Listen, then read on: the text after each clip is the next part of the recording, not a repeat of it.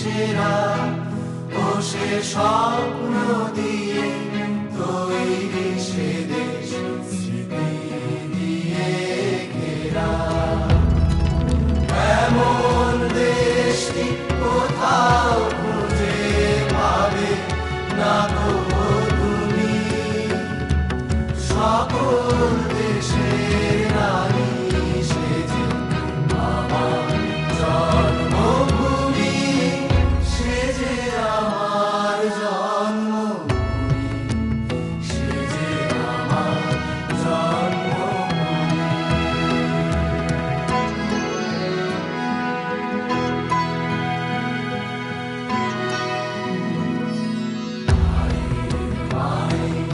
এত স্নেহ কোথায় গেলে পাবে কেহ, ওমা তোমার চরণ দুটি পথে আমার হরি, আমার এই দেশেতে জন্ম যেন এই দেশেতে মরি।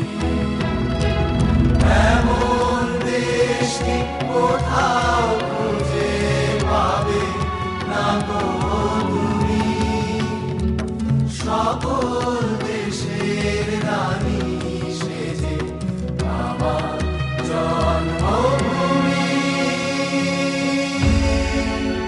সেজে আমার জন্মভূমি, সেজে আমার জন্মভূমি।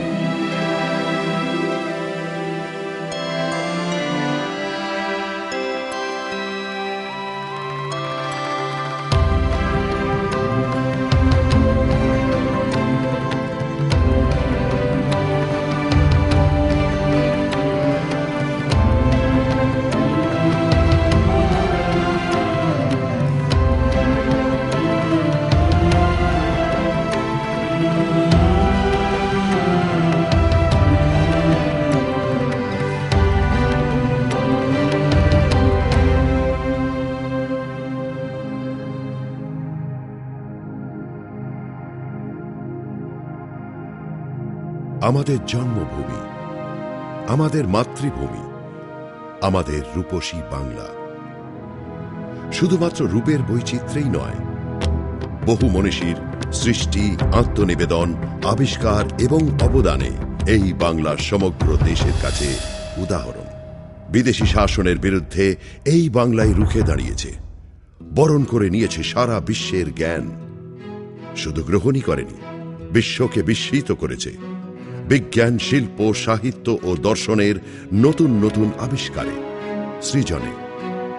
ইতিহাসের সেই সোনালী পথ ধরেই আজকের বাংলা উন্নতির সোপান বেয়ে ক্রমশ এগিয়ে চলেছে। ভারতবর্ষের মধ্যে এই বাংলাতেই প্রথম শুরু হয়েছিল নারীর আত্মমর্যাদা প্রতিষ্ঠার এবং স্ত্রী শিক্ষা প্রসারের উদ্যোগ। এই ক্ষেত্রে যারা বাংলাকে এবং সারা দেশকে পথ দেখালেন, তারা রাজা রামমোহন রায়, প্রিন্স দ্বারকানাথ ঠাকুর এবং ঈশ্বরচন্দ্র বিদ্যাসাগর। বিদ্যাসাগরের বিপুল আত্মপ্রত্যয় ও প্রয়াসে হল বিধবা বিবাহের প্রবর্তন।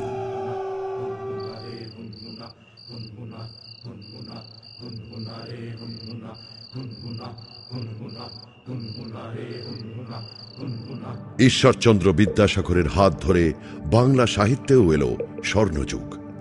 তাঁর বর্ণ পরিচয় গদ্য এবং অনুবাদ সাহিত্যের মাধ্যমে। বাংলা কবিতার নবজাগরণ ঘটল মাইকেল মধুসূদন দত্তের কলমে।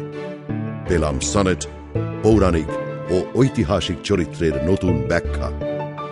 এলেন আরো কয়েকজন ক্ষণজন্মা প্রতিভা, কালীপ্রসন্ন সিংহ, বঙ্কিমচন্দ্র চট্টোপাধ্যায় এবং শরৎচন্দ্র চট্টোপাধ্যায়। এদের লেখা এবং চরিত্রগুলি বাঙালির মনে চিরস্থায়ী হয়ে উঠল। বঙ্কিমচন্দ্রের আনন্দমঠ উপন্যাসটি সেই সময়কার এক ঐতিহাসিক দলিল, যেখান থেকে বন্দে মাতরম গানটি আমাদের রক্তে মিশে যায়। ঠিক এ সময় বাংলায় এলেন আরো একজন প্রতিভা, বিশ্ববরেণ্য কবি রবীন্দ্রনাথ ঠাকুর। রবি ঠাকুরের গান, কবিতা, প্রবন্ধ, নাটক, ছোট গল্প এখনো আমাদের প্রাণিত করে। এ আমাদের চিরন্তন সম্পদ। একই সময় বাংলার জীবনে জেগে উঠল প্রতিবাদের ভাষা। বাংলার বুকে ছড়িয়ে দিলেন প্রতিবাদের গান ও কবিতা বিদ্রোহী কবি কাজী নজরুল ইসলাম।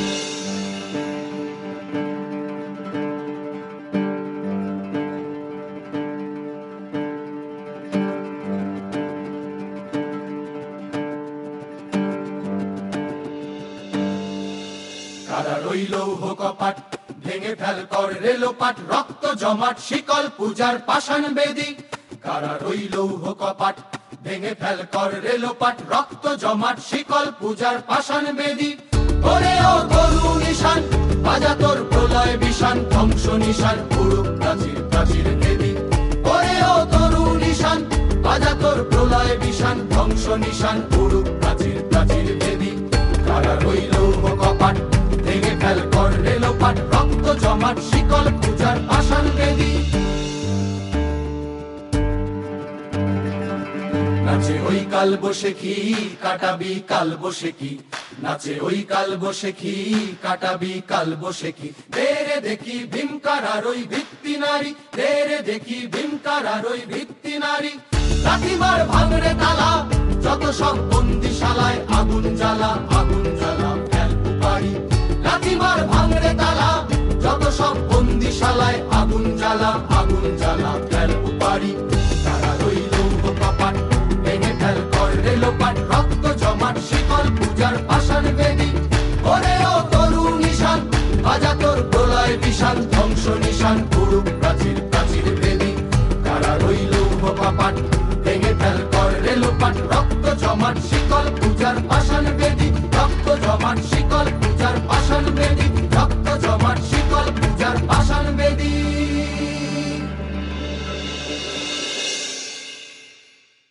রবীন্দ্রসঙ্গীত নজরুল গীতির পাশাপাশি বাংলার সঙ্গীতের ভুবনকে আরো প্রসারিত করলেন দ্বিজেন্দ্রলাল রায়, অতুল প্রসাদ সেন। পাশাপাশি আরো একজন শিল্পীর কিছু অদ্ভুত সৃষ্টি হাসি ফুটিয়ে তুলল প্রতিটি বাঙালির মুখে।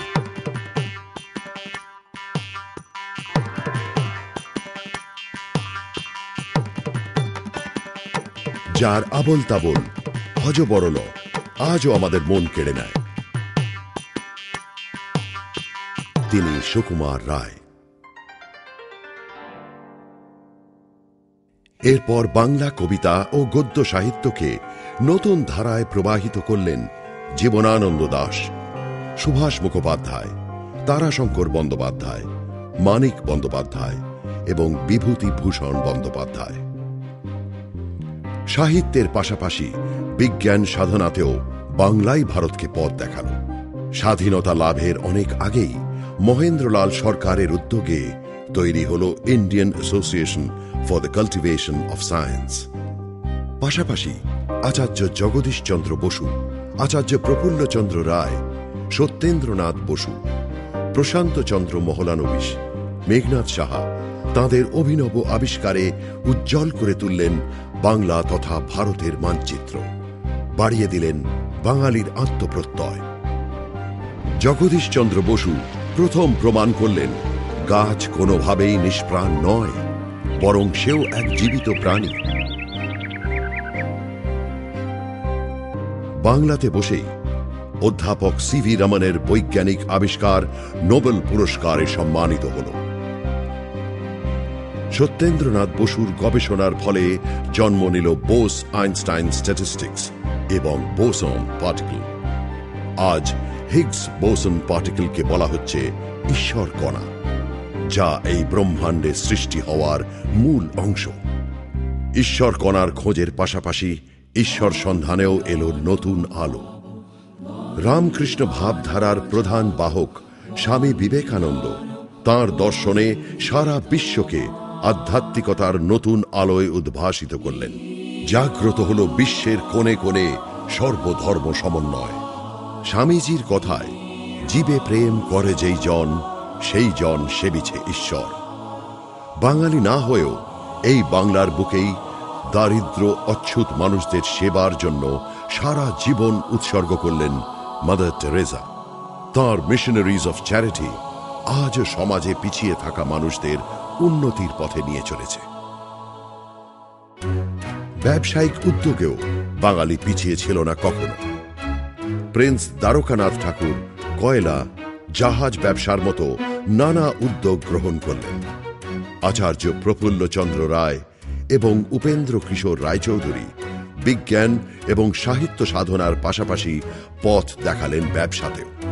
তৈরি হয়েছিল বেঙ্গল কেমিক্যাল। দক্ষিণ এশিয়ার প্রথম আধুনিক ব্লক নির্মাণের মেশিন তৈরি করে উপেন্দ্র কিশোর রায়চৌধুরী প্রিন্টিং এর জগতে আনলেন বিপ্লব। অর্থনীতিতে তাঁর গবেষণার জন্য আরেক বাঙালি অমর্ত্য সেন পেলেন নোবেল পুরস্কার। দেখালেন তৃতীয় বিশ্বে জনগণের জন্য উন্নয়নের দিশা।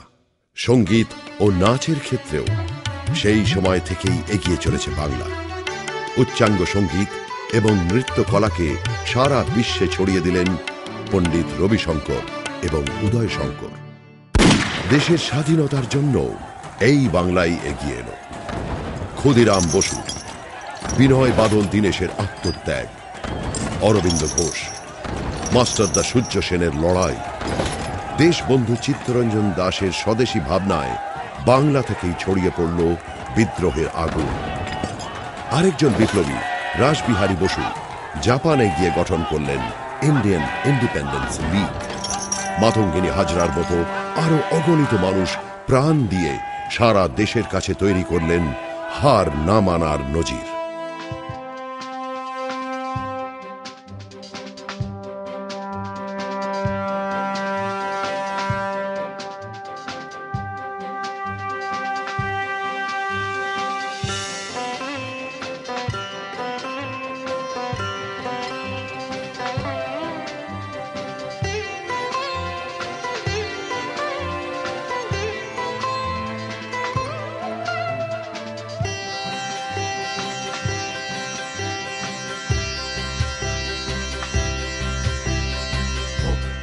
মন্দির সোপান তলে কত প্রাণ হলো বলিদান, লেখা আছে অশ্রু জলে।